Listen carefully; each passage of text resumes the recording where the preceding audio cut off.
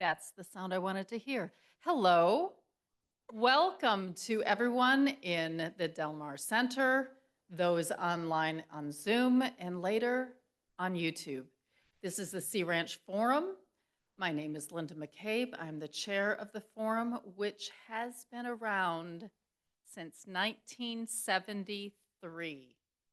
It is a Sea Ranch tradition, and it is independent of the association, the board of directors, and the community manager. A few safety things first. If you need to leave, the doors that have exit over the sign, those are your exit. If anyone needs to use the bathroom, they're not in this building. They're across the sidewalk in that building over there. May we never need it. There is an AED behind us. Okay, today is a celebration of the Sea Ranch Thespians and their 50th stage production, which will be this May, and you will be hearing more about that. And I'm going to turn it over to Kathye Hitt, who was my director for the two productions that I was in. So I'm very grateful that I talked Carol Emory into allowing us to celebrate this milestone. So Kathye, take it away. All right. Thank you, Linda. Welcome to our presentation on the Sea Ranch Thespians. As Linda told you, I'm Kathye Hitt. I'm one of the stage directors and set designers for the Thespians, and I'm also the secretary of the board of directors.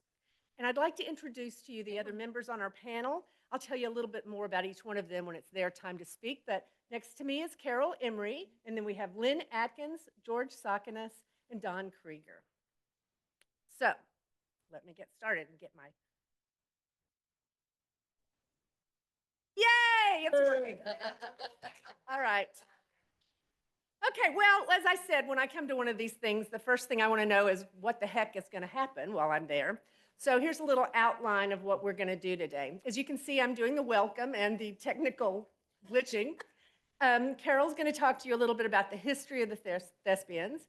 And then Lynne, who's directing our 50th show, which happens to be I Hate Hamlet, which will be in May, will tell you a little bit about that show.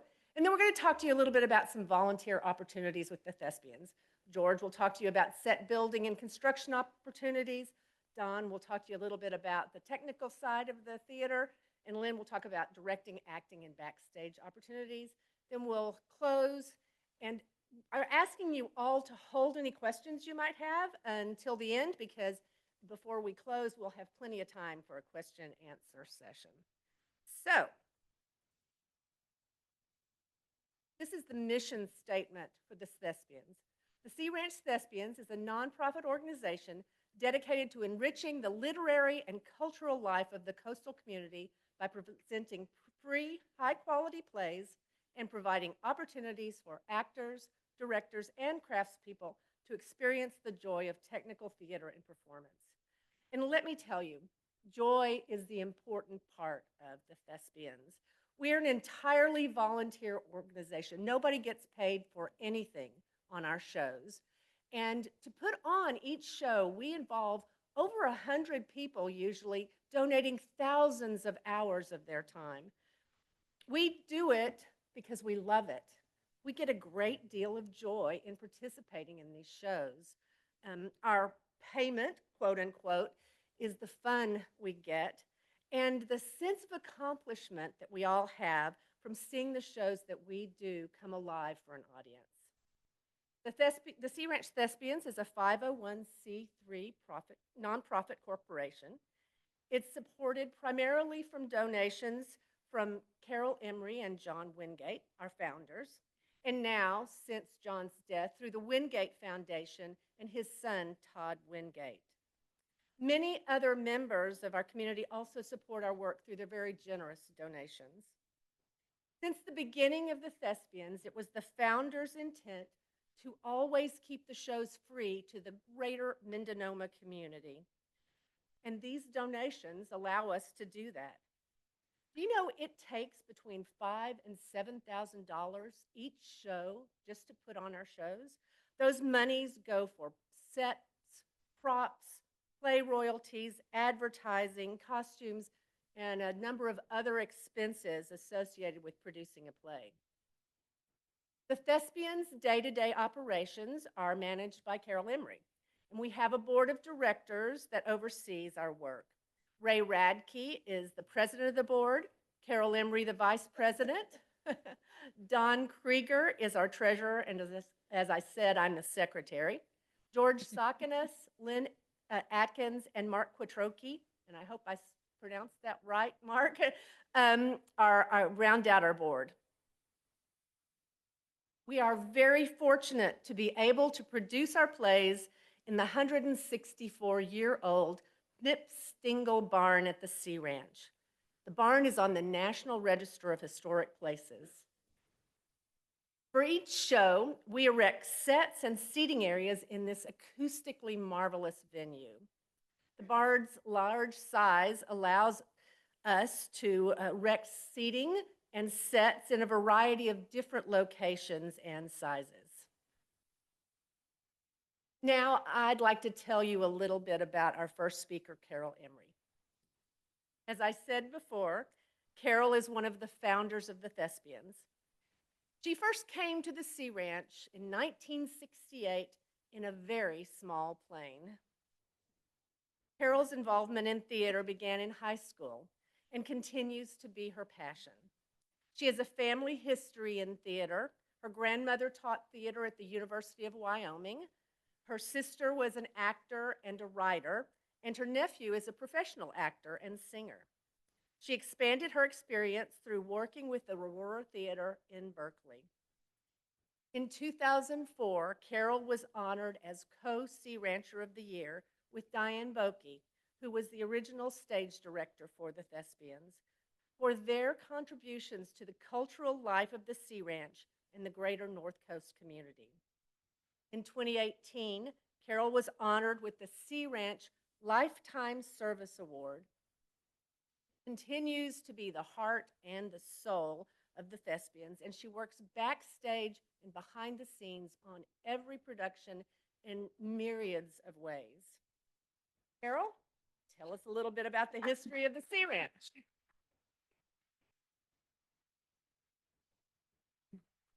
Thank you, Kathye. A little bit of Thespian prehistory for you. Any of you who were here in the 1970s would have been able to attend hay bale concerts in the barn. We sat on hay bales that were not very comfortable. However, Gunnar Johansson gave concerts in the barn. He played a grand piano that was brought from San Francisco up to Sea Ranch. The concerts were lovely, and that's when we became aware of the wonderful acoustics in the barn. I doubt very much if the animals that were there early on appreciated that fact, but we do. Okay, fast forward to 1997. A group of very dedicated volunteers had just finished a 10-year project of restoring the barn. My friend John Wingate, who was part of that group, and I were having a martini down at the lodge when, as I recall, John said something a lot like, "What are we going to do in the barn now that it's restored? Let's put on some plays." John and I were crazy enough to ask Diane Boakey if she would direct plays if we did everything else. Everything else has resulted in 50 stage productions involving many, many people over the past 26 years. Let me read you a few numbers that really surprised me. We went through all the programs and came up with 131 names under construction, 278 under stage decor, 119 production staff, 113 actors, 8 directors, 62 businesses here and elsewhere, and 197 assistants to a total of 908. Thank you very much, everybody. It was extremely important to John and to me that the plays be free. When the Thespians started, I provided the finances for each production, which at that time were about $3,000 to $4,000. And John provided all the technical part of it, the lights, the computers, all the equipment. The barn now has over 100 professional theater lights, computer-controlled sound and lighting, rear projection, theater curtains, and audience risers. We can make lightning and fog and the sound of a pony pulling a cart all around the inside of the barn, and other magic things.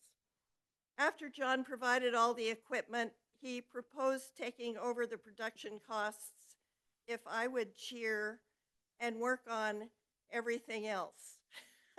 I did and do. John died in 2012, and his son Todd took over the financial support via the Wingate Foundation. We are so appreciative. Thank you, Todd. A little more background, and then we can get off to play adventures. In 2009, John and I were in an airplane over the Atlantic, and I commented that if the plane crashed, the Thespians were no more. John spent the next year creating a 501c3 corporation. Thank you, John. I'm often asked about play selection. The directors and I read lots of scripts. We have people suggesting plays to us. We sometimes see a play that can be done here. More on that one later. We try to balance drama and comedy and mystery, and we balance the actors who are available. The play must be something the director seriously likes and I don't hate. Theater is very subjective. We then need to get the rights, either directly from the author or from the agency controlling the rights. We were turned down for art because I believe it was scheduled to be done in San Francisco. And we made Sea Ranch sound so remote that they gave us the rights, which I think is wonderful. The order of bringing a play to life is fairly obvious. Play selection, the auditions, casting, design, construction, rehearsal, and then the play comes to life.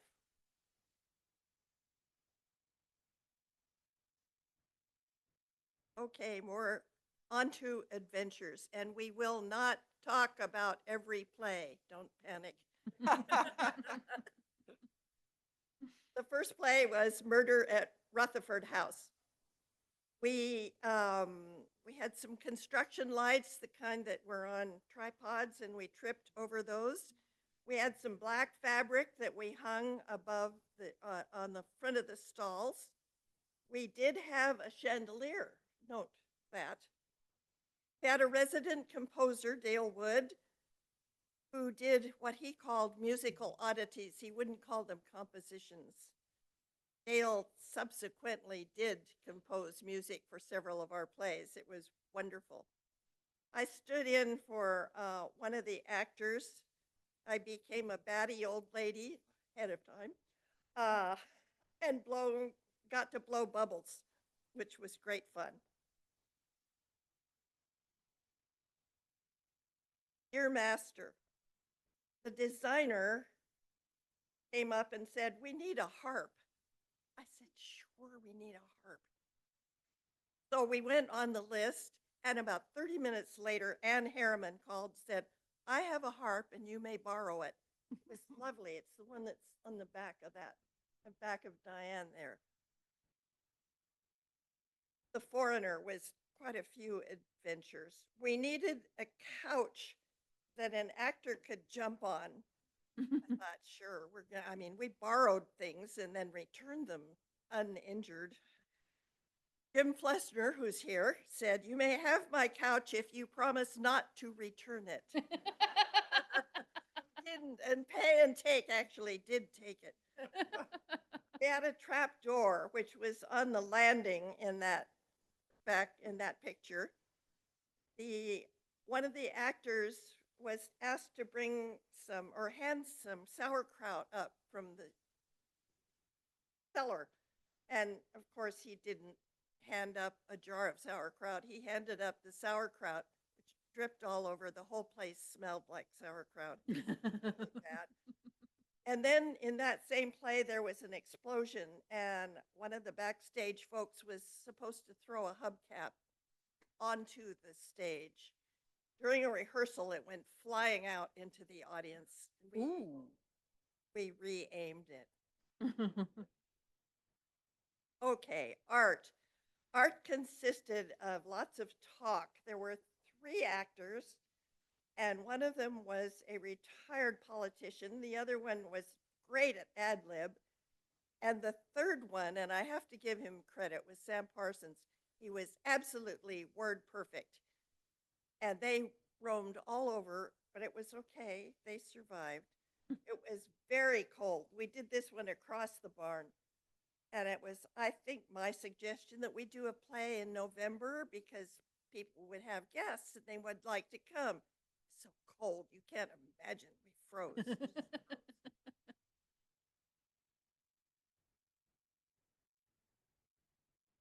The Woman in Black was a ghost story. We had fog that did something different each time. It was supposed to swirl around on the stage. And because of the way the barn's built with lots of holes and stuff, it just depended on how the wind was blowing that day. That was the one that had the sound of the pony pulling the cart around mysteriously. Henceforward, we had a video that we did in that circle that's blue in the picture. And we did some videos, no sound, just the video. And this is of Sam Parsons. And we were up at Coast Life Support because his character in the play had been badly injured. And so they had great fun wrapping him all up. And the director said to Sam, you should be saying something, so say something, and not that we would hear it. So he recited the Gettysburg Address. Thank heavens it was just that. Because fast forward to a performance, there was a woman there who was an expert lip reader, and she was laughing.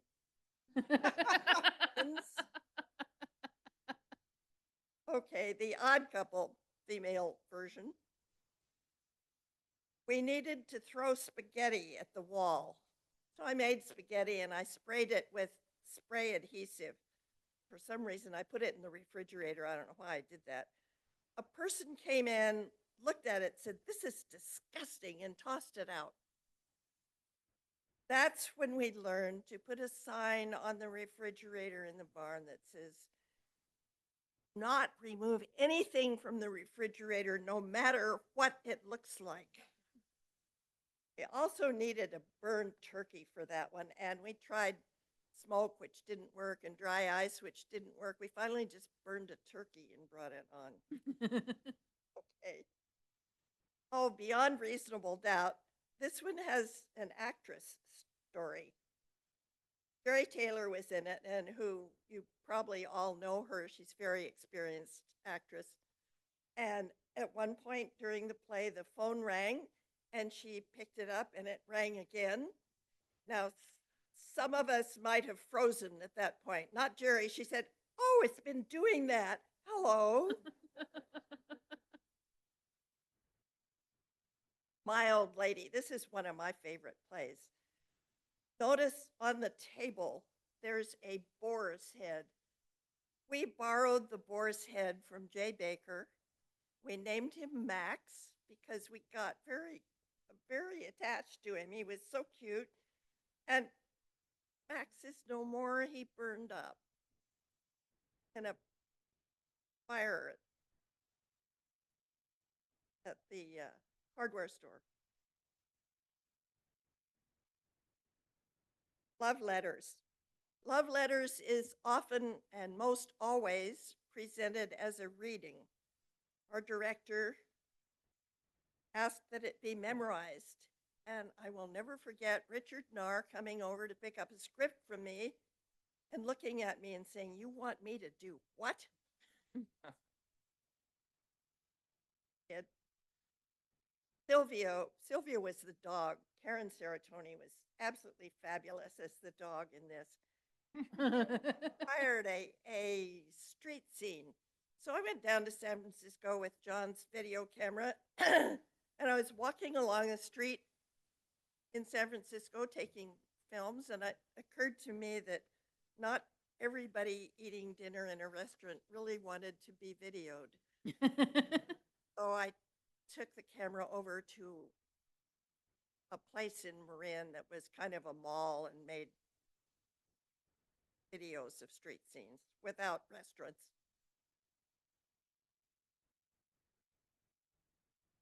Seascape was always also one of my favorites. Back to place selection for a minute. I saw Seascape at the Aurora Theater in Berkeley, and I loved it. And I gave the script to all our directors. Not one of them liked it. It was, now I have to say, it was about two humans and two lizards discussing the meaning of life. So, so I put it on the shelf. 10 years later, Kathye called me and said, "I like it, let's do it." So we did, and this is one of my very favorite pictures. I scurried around telephone-wise and found somebody who had done it, and they had the costumes, and I was so excited to find them. I said, "We'll buy them." This is a Annapolis, Maryland theater, and they sent it to us. This is the day the costumes arrived. Katie Atherton's was fine. That's Sam Parsons, and whoever played his lizard was about half his size. Those are the two seamstress ladies that did, and they made the costumes work for us. Rich Shimbor was in the audience. We did this across the barn, so the audience was close to the stage, and he got whapped in the face with a tail, lizard tail. He thought that was so funny that he requested front row seats in every subsequent production. I love it.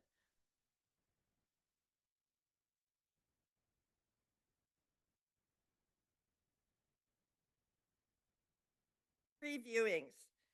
We used half of the revolving stage for this one. We used it across the barn, so it was a half circle. It was the first play we did after John's death. It was 3 different scenes in a funeral home. And this is a lovely flower tribute to John from Todd, and the sign was done by Don Krieger.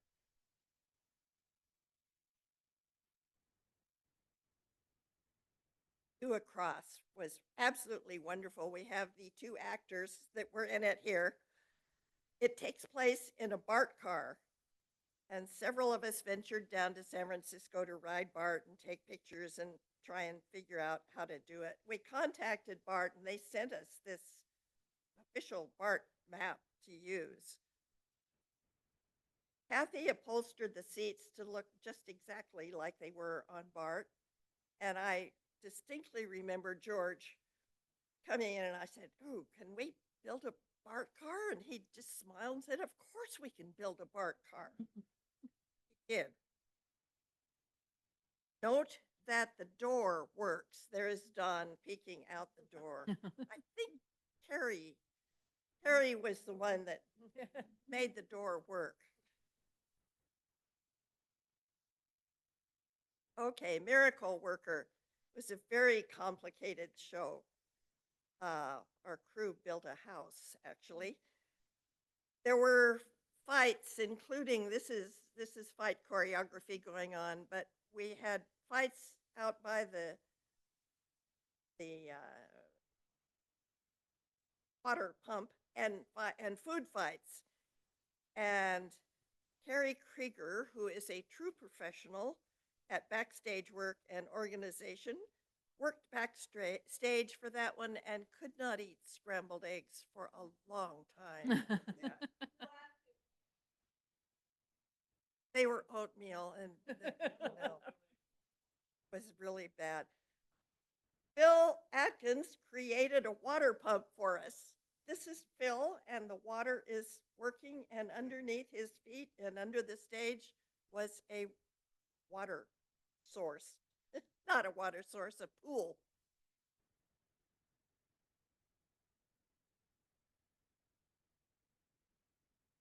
Wittenberg was really fun. My nephew Jeffrey, who's pictured here, who's a professional actor, thus he belongs to Actors Equity.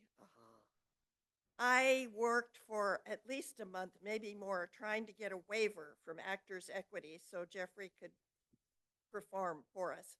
We couldn't pay him and he didn't want to be paid. I gave up. Kathye and Charlie Hitt took over and they obtained the waiver for Jeffrey. I love it. He was fun and it was a really good show. It was set in 1517 and we used a lot of my furniture, and I don't know what this says about my home decor, but there you have it.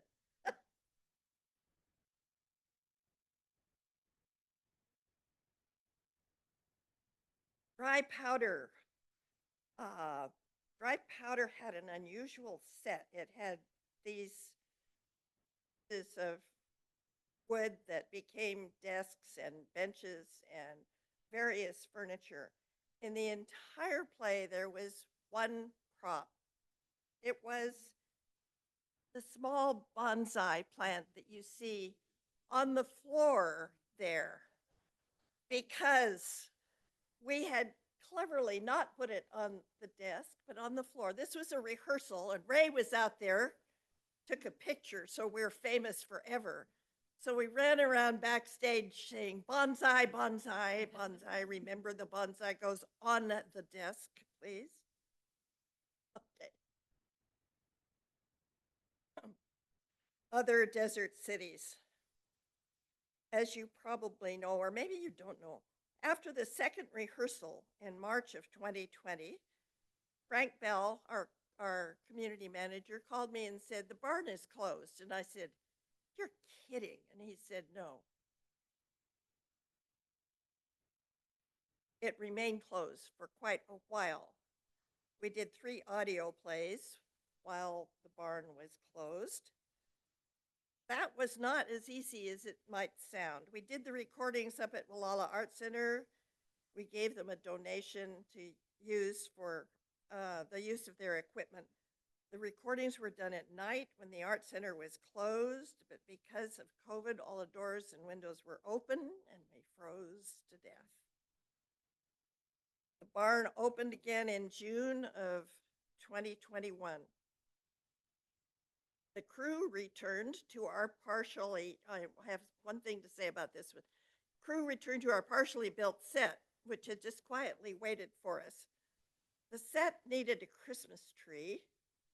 This is Ray on it looking at furniture and stuff. So we created a Christmas tree, which is a blue ladder with a pine cone on top of it. And we used that for rehearsal for quite a while. 2 of the 5 cast members had other plans, so we restarted with 2 new actors. This was a roller coaster of a play. Day to day, from July until we opened in September, we were unsure if the barn would stay open, if our testing of the cast and their significant others would produce a positive, if anyone would want to come to a show. We dropped the audience capacity by 50%, assigned seats, and required masks. The play was excellent, and we had a waiting list for every single performance. We were either crazy or brave. We had auditions that November, and 15 actors came, so we decided we were brave.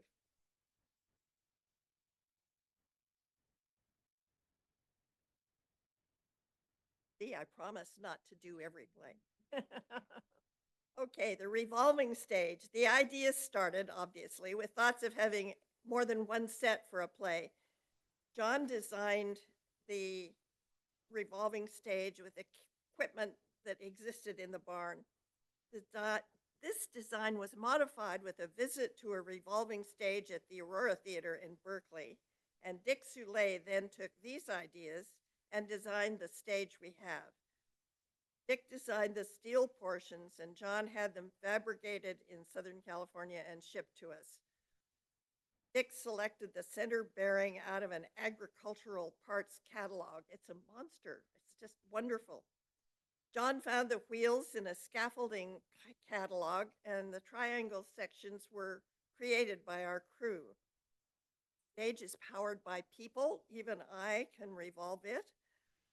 On top of wheels fastened to the barn floor so that it goes around smoothly. And as Don noted, they used a laser to level the wheels because the barn floor is, as you well know, is not smooth. It was used in Proof in 2011 and The Pleasure of Seeing Her Again in 2017, and half of it was used in 3 viewings in 2013. The risers. The Thespian started out, of course, with chairs on the barn floor. Then at one point, John bought used audience risers from the Moscone Center in San Francisco and had them modified. They were used until they nearly fell apart.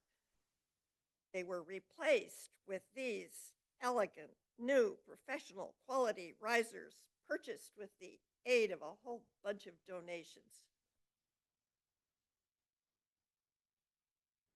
The curtains.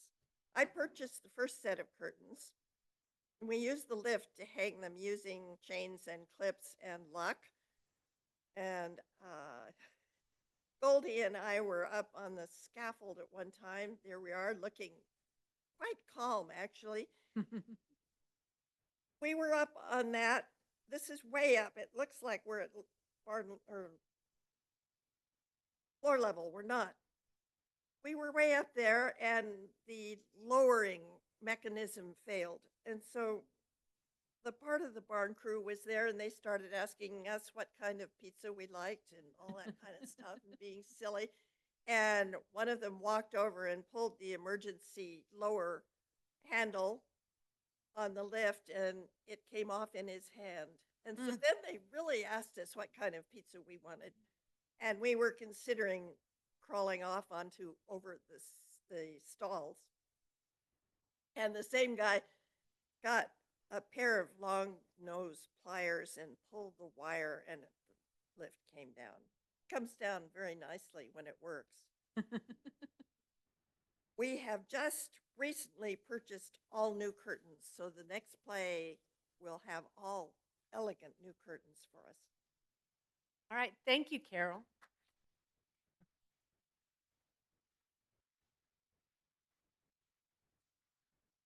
Next, Lynne Atkins, who's the stage director of our 50th stage production, I Hate Hamlet, will tell you a little bit about that upcoming show. Lynne has directed over 30 plays and musicals here on the coast and acted in many more. And she directed the 2023 production of Rose and Walsh. And you may remember her in the Thespian production of Other Desert Cities. So Lynne, take it away. Thank you, Kathye. I am very excited to direct our 50th production, I Hate Hamlet by Paul Rudnick, a delightfully funny story that features Andrew Raleigh, a television celebrity who seems to have it all. A rich and beautiful girlfriend, a glamorous devoted agent, a chance to play Hamlet in New York Central Park, and the perfect penthouse apartment on Washington Square what just happened to have belonged to John Barrymore, possibly the most famous American Hamlet in recent history. There are, however, troubles in paradise.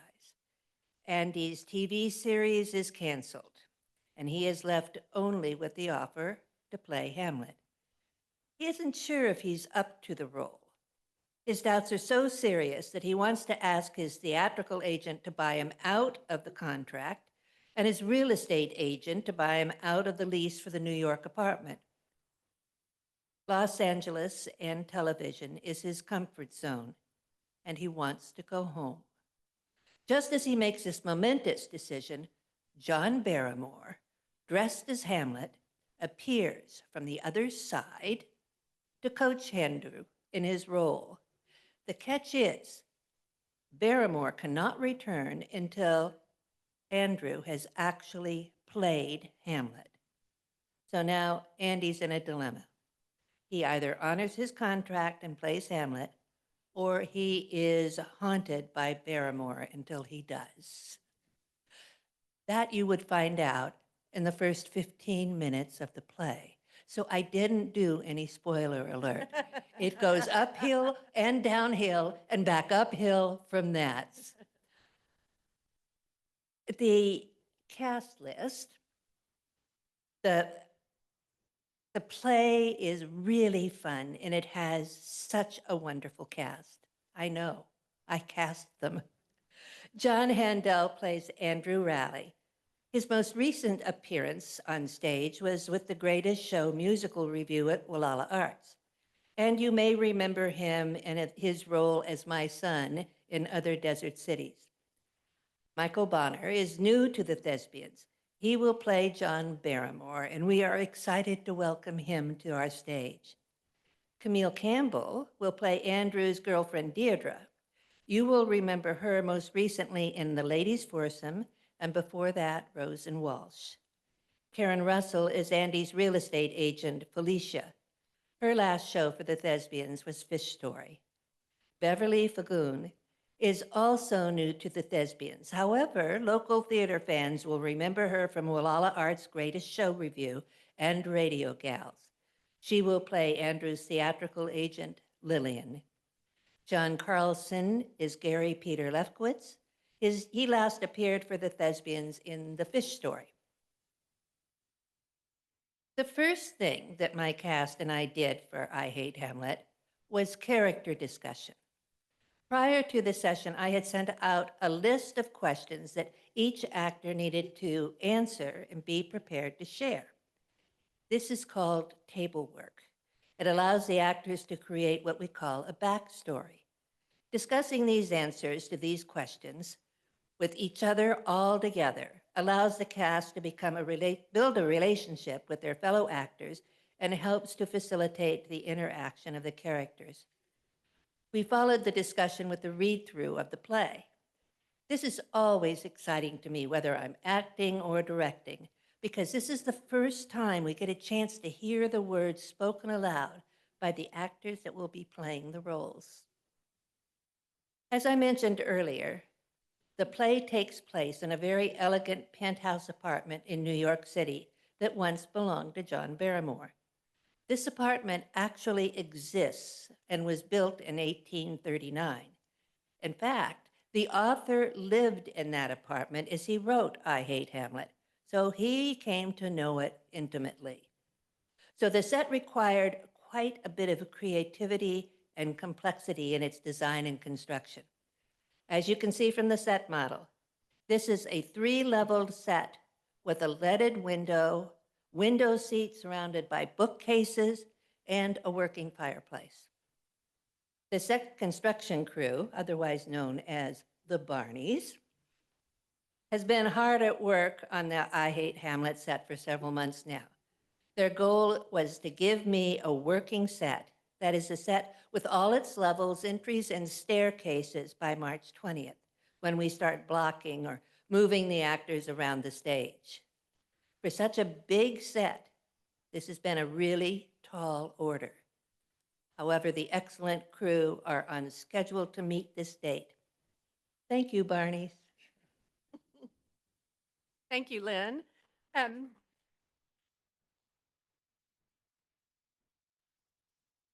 Next, George Tsaconas is going to tell us a little bit about volunteer opportunities in set building and construction with the Thespians. George is a former contractor and is the head of the group we call the Barneys. They're a group of thespians who get together on Saturday mornings and they build our sets and take care of the barn. So George, take it away. Thank you. Can you hear me okay?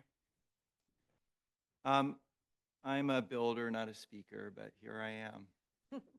So this morning we met at Saturday at 9 o'clock, and I wanted to bring the group with me here, so they're all here with me. And I asked them, why did you guys join, or why are you part of this?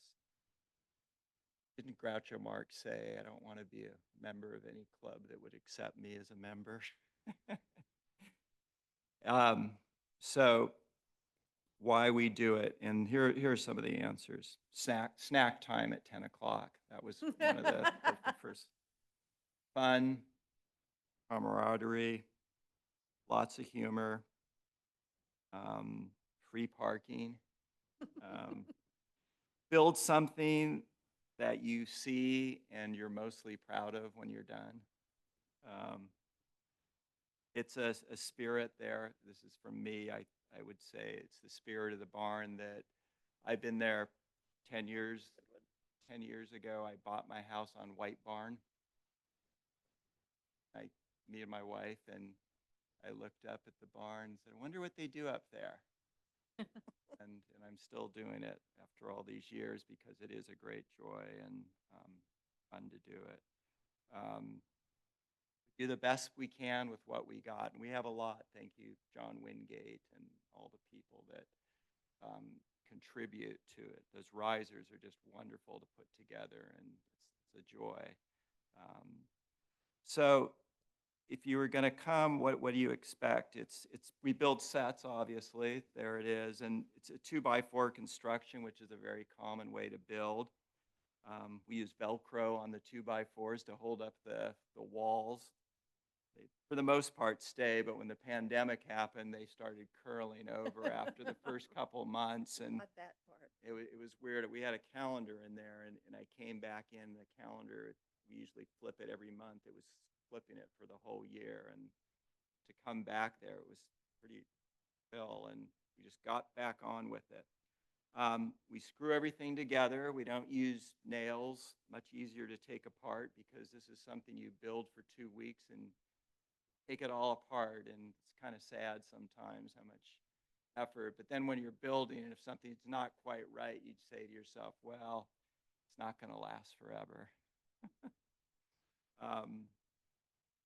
We click the floor together with plastic flooring, and that's pretty cool and easy to do. So, yeah, great tools. Once again, thanks to John Wingate, the spirit of right, and let's do it safe. We protect we should have brought our ear protectors that we give to everybody because we want to protect our ears and eyes and be safe on ladders, and so we can come back again. There's the flooring, the building. There's so many different things, and if anybody's interested, they can just jump in and help with that. If they're interested in building stairs, they could go with one of our expert guys that knows how to build stairs. What are we building now? Goldie's building a bench for us that comes, one of the parts we had lying around the barn comes from a wall. I had a church that had a pew end. I was just about to throw it away one day, and I thought, maybe we'll keep this. And lo and behold, here they needed a pew end, and so a lot of creativity goes into it, and it's something really fun to go to every Saturday.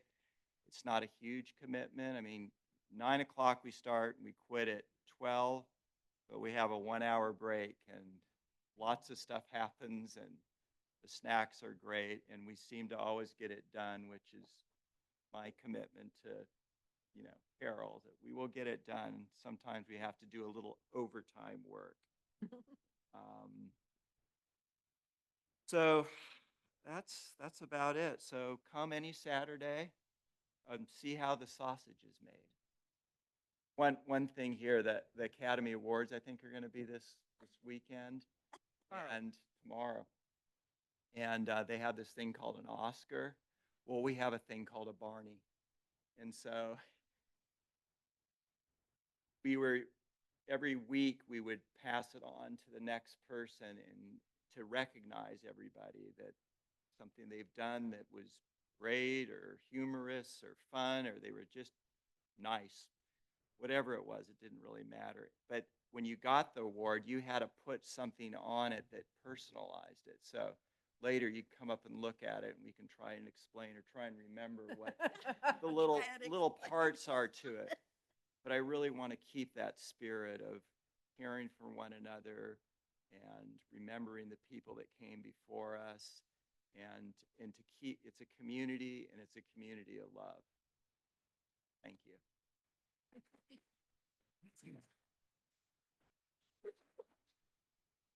Thank you, George. You're welcome. Now, Don Krieger is going to tell us a little bit about the technical side of the Thespians and the volunteer opportunities there. Many of you will know Don as the musical director for shows at the Walla Arts, including the greatest show that just closed, and also for his work on the keyboard and running the Christmas caroling at the barn each year. He's the lighting designer for almost all of the Thespian shows, and also for many of the shows at Walla Arts as well. So take it away, Don. Thank you. The technical side really includes lights, sound, and video. And my team members are here. I've got Bob Mitchell, who's over there, and Bob is the guru, my computer guru, who can do everything and do it perfectly. And Joel Rudenau, who's over here, and Joel's working with me on running lights for the shows. Most people don't pay attention to technical things going on, lighting or sound, or unless something goes wrong in a play.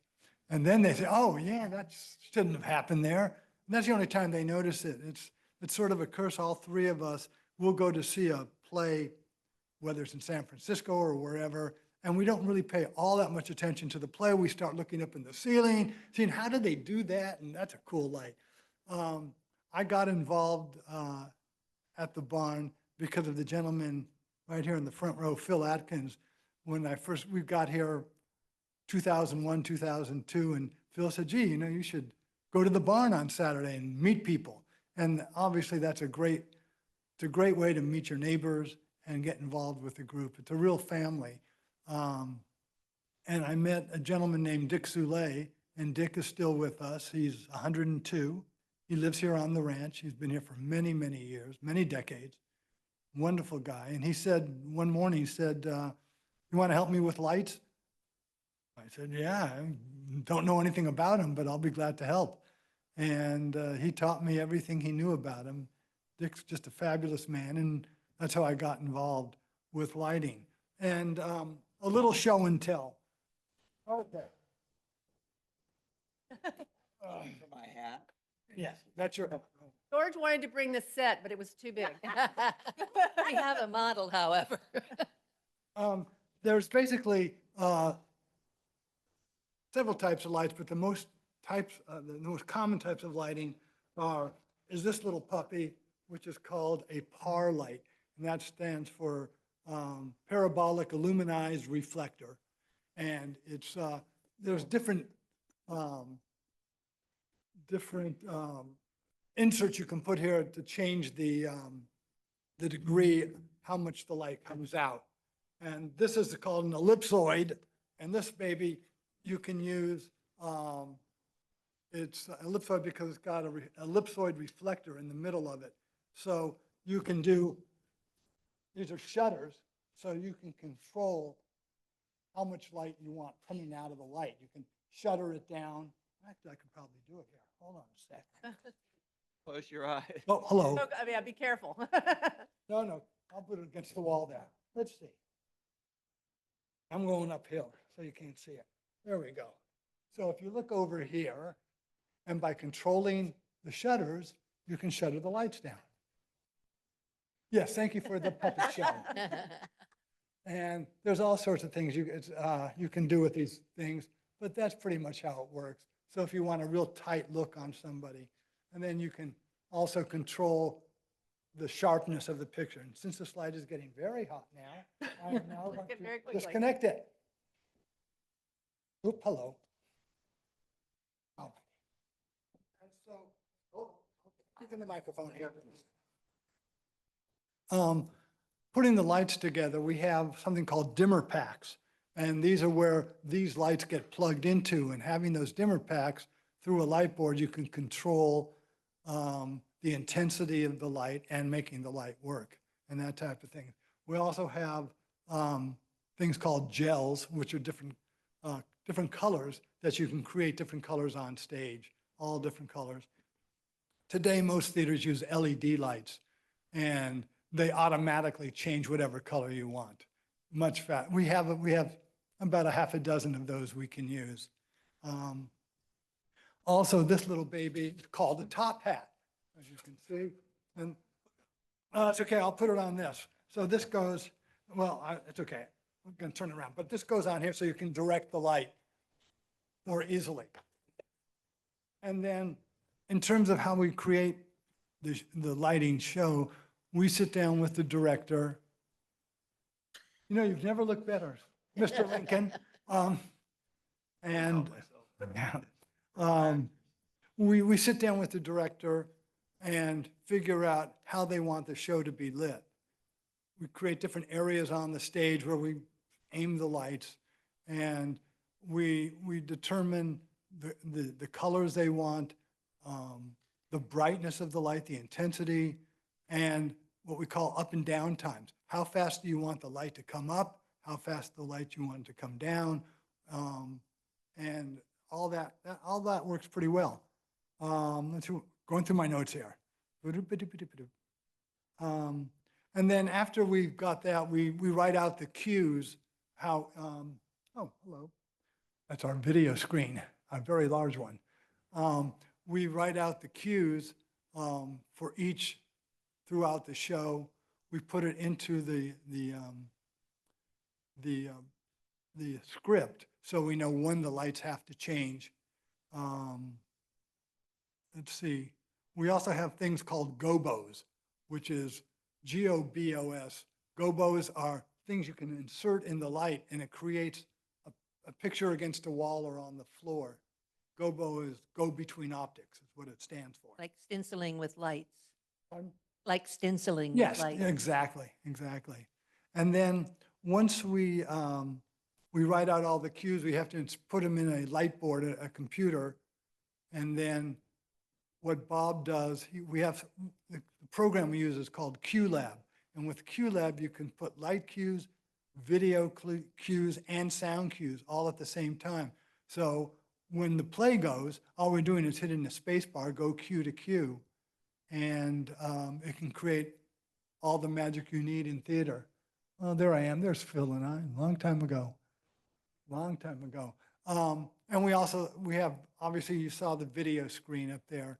So we can rear projection on that screen.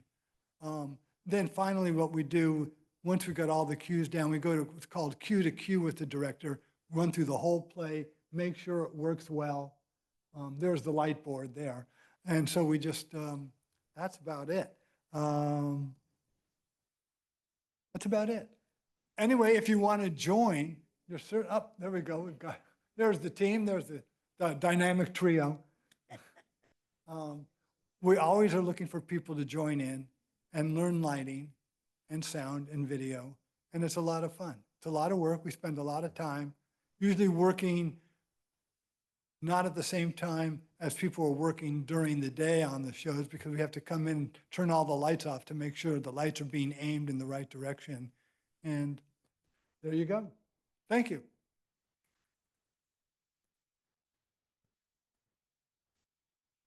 Thanks, Don. Yep. Lynn's going to tell us a little bit about volunteering as a director, actor, or backstage worker for the Thespians. Thanks, Kathye. Well, you've just heard about opportunities for participation in a Sea Ranch Thespian stage production. You've heard about set construction, lights, sound, video, multimedia. I would like to let you know about 3 more possibilities that you might wish to join and be part of.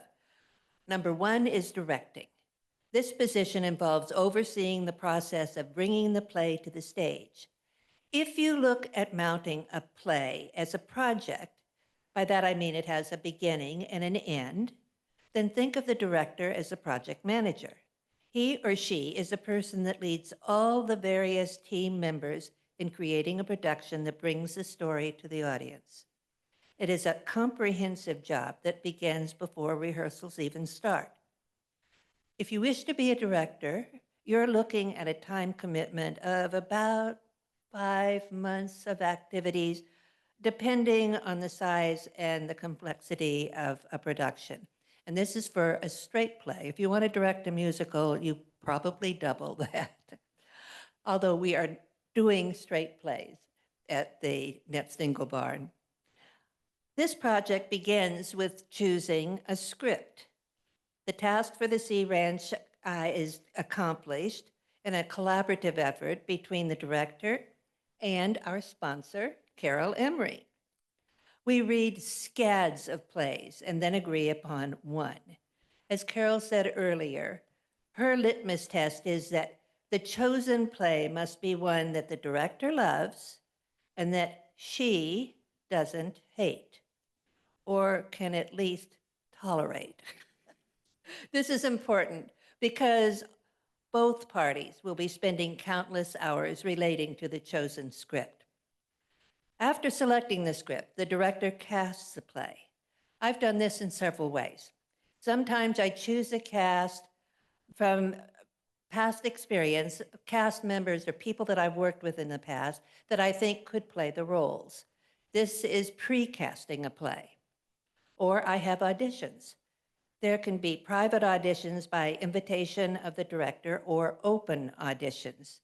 Open auditions are the most useful because frequently there are new people that show up to try out. For example, I Hate Hamlet. I held open auditions. We have a cast of 6 people.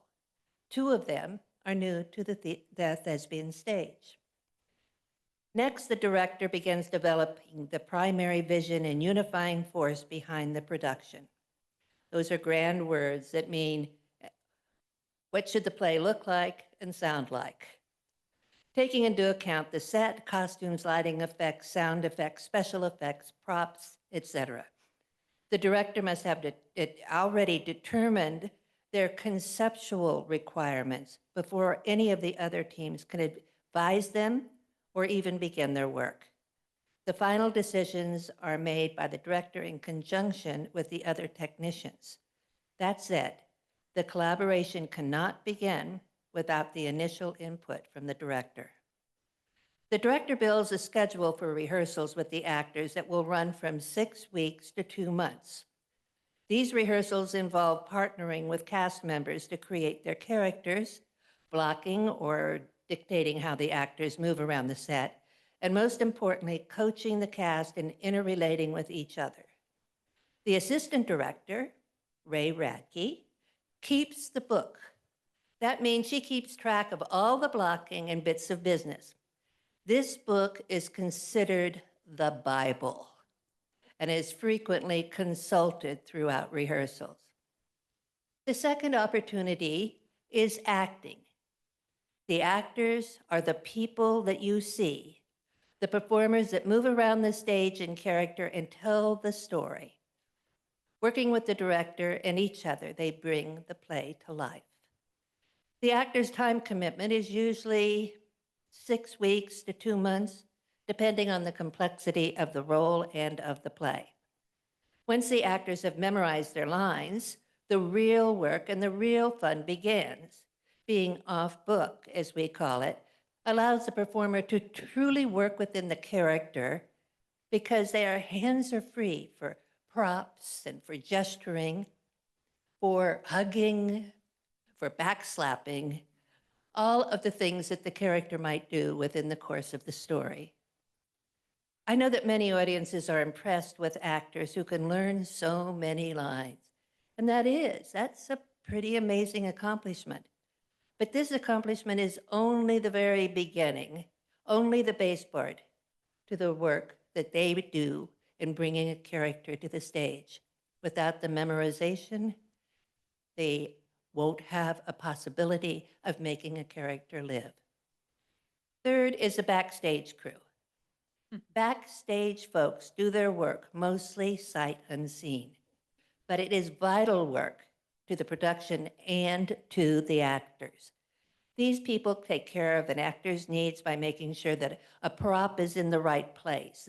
They help with costume changes if needed. They handle set changes. They also cue lights in front house, letting them know when the actors and the set is ready. Thespians Productions have a brilliant and very experienced stage manager in Carol Emory. She is the leader of the backstage crew and creates step-by-step activity plans for her people. For I Hate Hamlet, the backstage crew will be very busy. During the intermission, a major set change will happen behind the curtain. Magic. And there are several quick costume changes that must be managed. An organized, calm, and caring backstage crew is super important to the actors and to the quality of the performance. The Sea Ranch Thespians have one of the best backstage crews I've ever worked with. Now, as you can see, bringing a play to the stage for an audience is a team effort. Each team has an important part in accomplishing that goal. Remember, the play's the thing.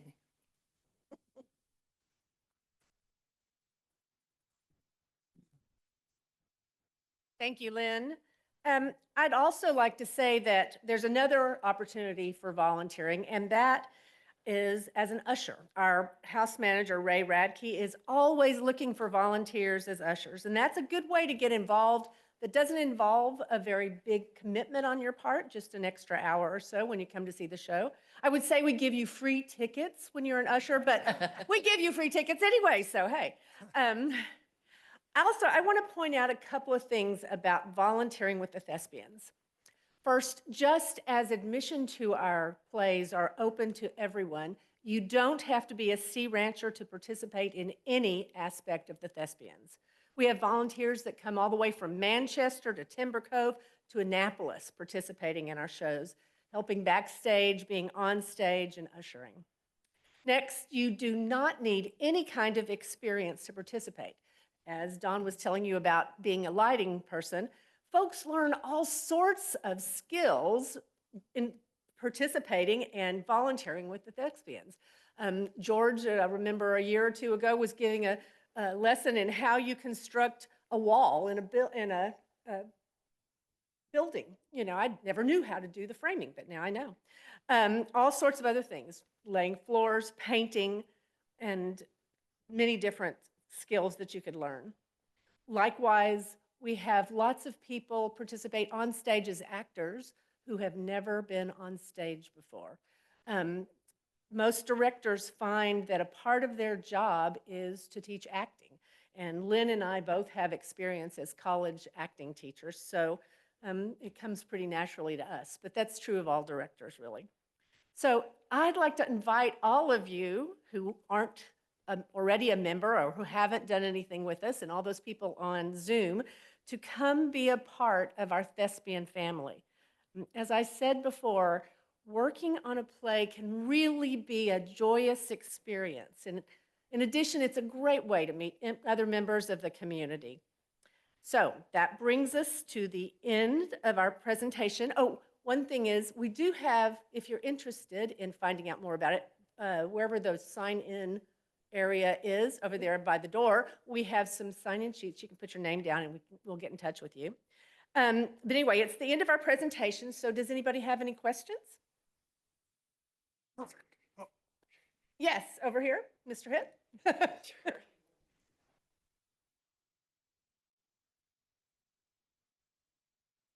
It depends on the play, but these days it's usually about $100 per performance, the royalties.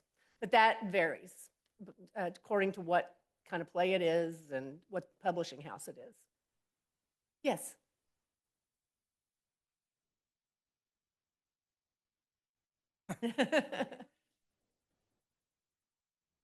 We try and reuse everything, but when you cut things, they get smaller and smaller, and so there is some waste there, but we try not to waste. The flooring is kind of the same story. You'd think that it would last because we just clip it together. And we don't have any horses in the barn anymore, so we're using the stalls. So you should come Saturday. You don't have to join. We're not going to twist anybody's arm. And get a tour because everybody loves to give tours of the barn because we know it so well and love it so much and want to share it with all you people who are paying for it because it's a lovely place.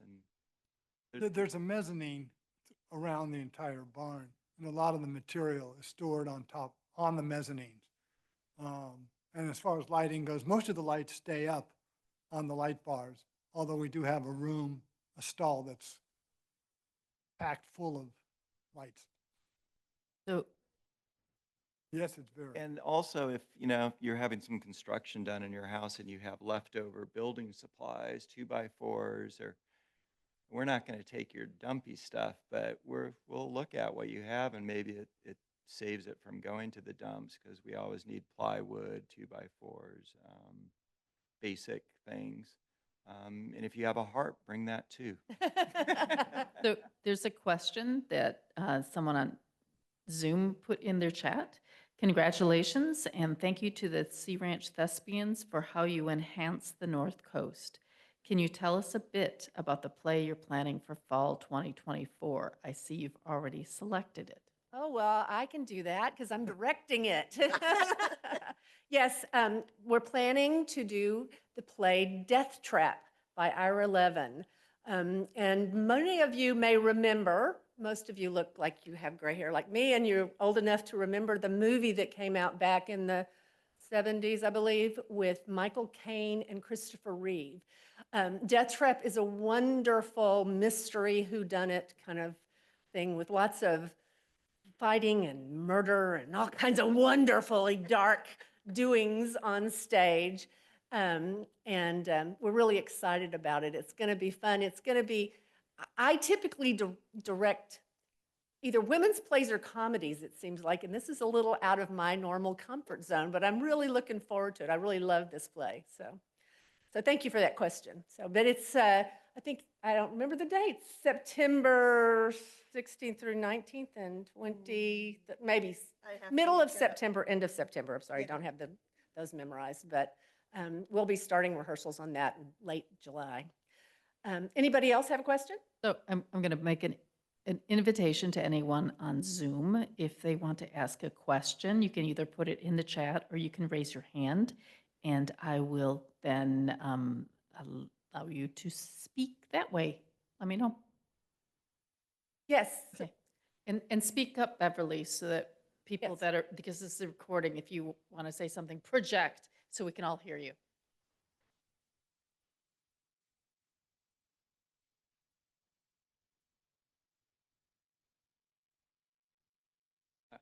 The what? Chandelier. Oh, yes.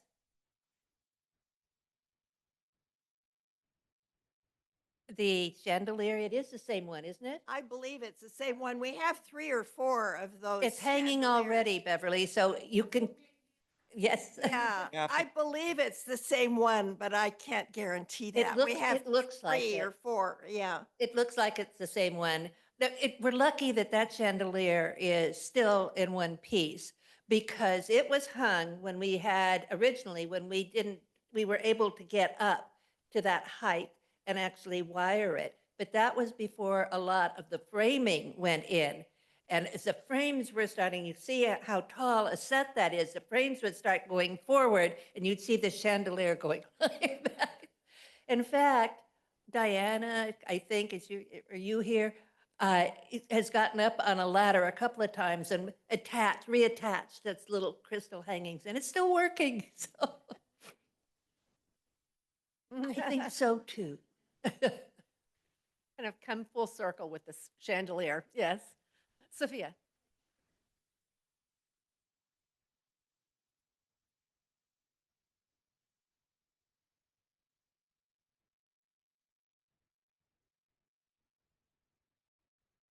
Well, the biggest challenge, I mean, I know there's lots of them, and I'll let you address this. The biggest challenge that I know is that it can be as cold as you won't believe, Where it's hot. or as hot.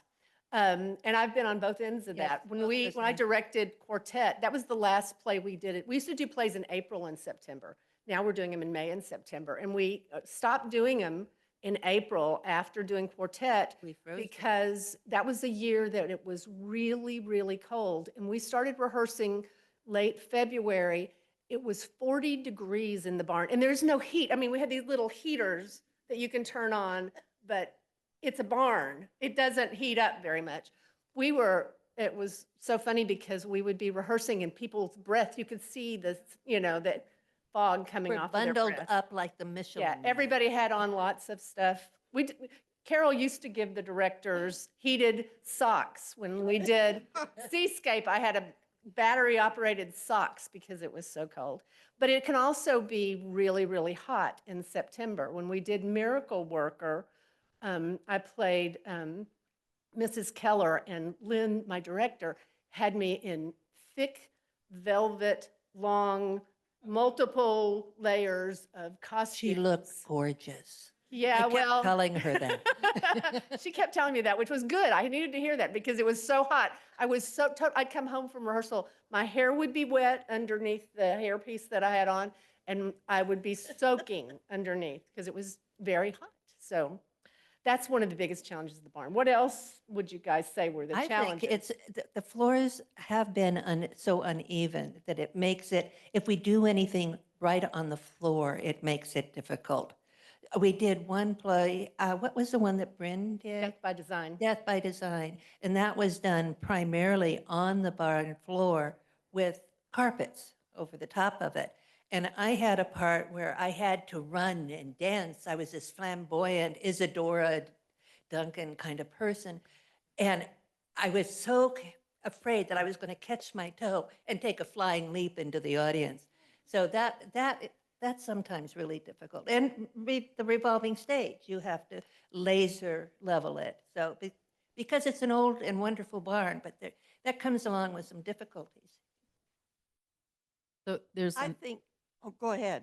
I was going to say there's another question, but if you've got something Real- to follow up on this, go ahead. Real quickly, one of the big challenges is curtains. And Kathye really knows this. Kathye and I have been, well, and Goldie too, but you have to get extremely creative to make what you look up at the stage, and it's all surrounded on three sides by curtains, and they all work. And that's a challenge. And along with that, one of the challenges is that because it isn't a climate-controlled space at all, we have issues with mold and stuff. So we're always having to replace things and we have dehumidifiers in a lot of the stalls to try to keep what we have in good working order so we don't have to replace it. Well, and there are critters. So if we have any food it's actually being used by the cast, the critters don't mind whether it's ugly old pasta or not. They'll eat it. And the same thing, if the cast has any snacks backstage, they have to really be locked up tight, or little critters. And then we do have the artificial plant that somebody keeps watering. And nobody would admit to it. And there's a barn ghost. Yes, there is. We're quite certain. We don't know what his name is, But but these are all he's a rumors. friendly ghost. Very friendly Yes. ghost. But we Okay, do have Linda- bats. And Linda if- has Yes, another- Linda, you had a question? Well, we do have bats because I've been running lights up there and seen the bats fly across the stage. So another question from Sharon St. James on Zoom. She wants to know, how far in advance do you select spring 2025 stage production? We try and keep about a year ahead. Right now, we're talking about the spring play in 2025. it just makes it a lot easier if we can select the play and cast it, because that gives people who are selected to be in the cast a way to plan their vacations and that they will be available or not. So you've got the idea of what you want already now Mhm. for next, okay. But it's not ready for publication yet. It's keep you in suspense. Okay. Barbara? Barbara, do you have a question? And please say it loud or come up here, whatever. Thank you. Yeah, Thespian.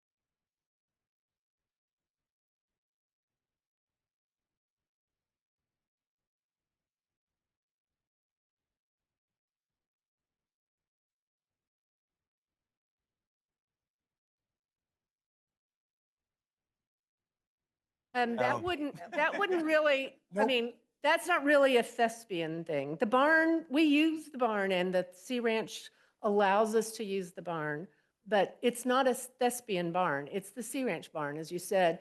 I would imagine that to upgrade that would cost a great deal of money, and I don't know that there's a lot of consideration going on with the board. I don't know if we have any Well, board isn't members it- here right now to think about doing that. Isn't it a historical site, so there would be You concerns couldn't, about yeah, that? and that's mainly, that mainly deals with the outside more than the inside. But putting like climate control in there, new floor, stuff like that, I can't even imagine what that would entail. I think it would be very expensive, Barbara. I really do. Yeah. Yeah. Can I- Yes, go ahead. There are a lot of other things that happen in the barn. The caroling that Dawn does is in the barn. There's a posh-squash dinner. August 10th, they're doing a big, a big safety thing that happens usually once a year, maybe every other year. Project. And that happens even when we have the stage up. There's a lot of room between where the stage is and the south door. And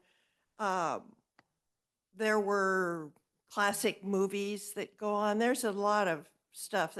Somebody organized a crab feed, and I thought, oh, we're going to smell crab.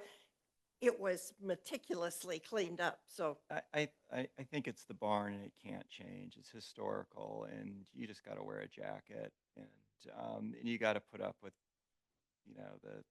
what it is. You got to accept it, what it is. You can't change it Well, and work with it, which is great. I mean, it's great space and the spirit has we've to upgraded certain things minimal for dressing rooms to make the dressing rooms more comfortable for the actors in some of the stalls. And we've upgraded the lighting because the lighting was rather poor. So, yeah. Yeah. Well, the whole barn was, it's stabilized. Yeah. stabilized with earthquake, yeah. Well, it was The X-bracing. who knows what will happen in an earthquake, but it survived the San Francisco earthquake before they put all that stuff in. Well, And that now was, it's even better, and that's fine, as long as it doesn't take away the character, because it actually is very good that it breathes the way it does, because it doesn't actually, we create the mold when we put in bags that have stuff in it. Underneath of it flows through all the ventilation, and it doesn't collect anything. It's, as I tell everybody that works there, if you're cold, you're not working hard enough. So Don, if you're thinking about the 1880 or 1989 earthquake, but there's also the 1906 earthquake, which devastated the city of Santa Rosa. So if this barn, which preceded the 1906 earthquake, so if we had a quake closer to us, it might be different. But anyway, Well, I think they did a bunch of earthquake retrofit when they redid the barn back, the 10-year Yeah. redoing of the Yeah. barn. There's some pretty hellacious earthquake I retrofitting. mean, there's a sprinkler system throughout the barn and a variety of upgrades to make it health and safety conscious. But I think last thing I'd like to say is everybody out there in Zoom land and Sea Ranch, you don't have to join. Just come for 5 minutes. At 10 o'clock, we have coffee, we have tea, we have hot chocolate, and just see it. Just get the vibe of it, and maybe come for 5 minutes. But I bet you'll talk to someone and stay there longer, because I'm amazed at how many people have never been in it. And even talking to Lisa, our planner, or whatever her title is, she hadn't been in there for a long time, and we were looking at something, and there's magic there, and it's really nice. It's a good vibe, and the people that come there just enhance it more. And so come see the barn. Anybody else have any other questions? Yes.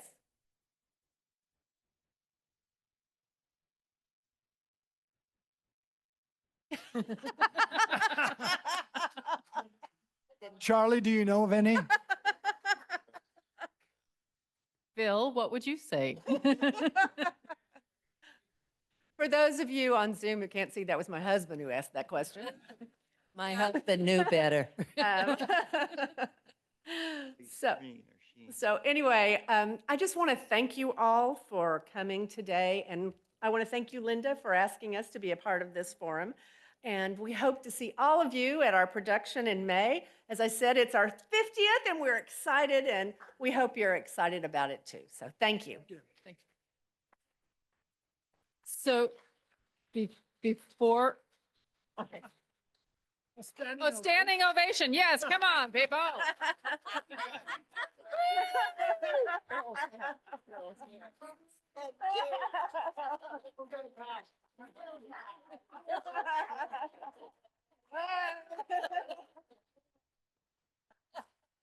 You've always wanted to do Okay, I'm going to stop the recording, but before, oh, sorry.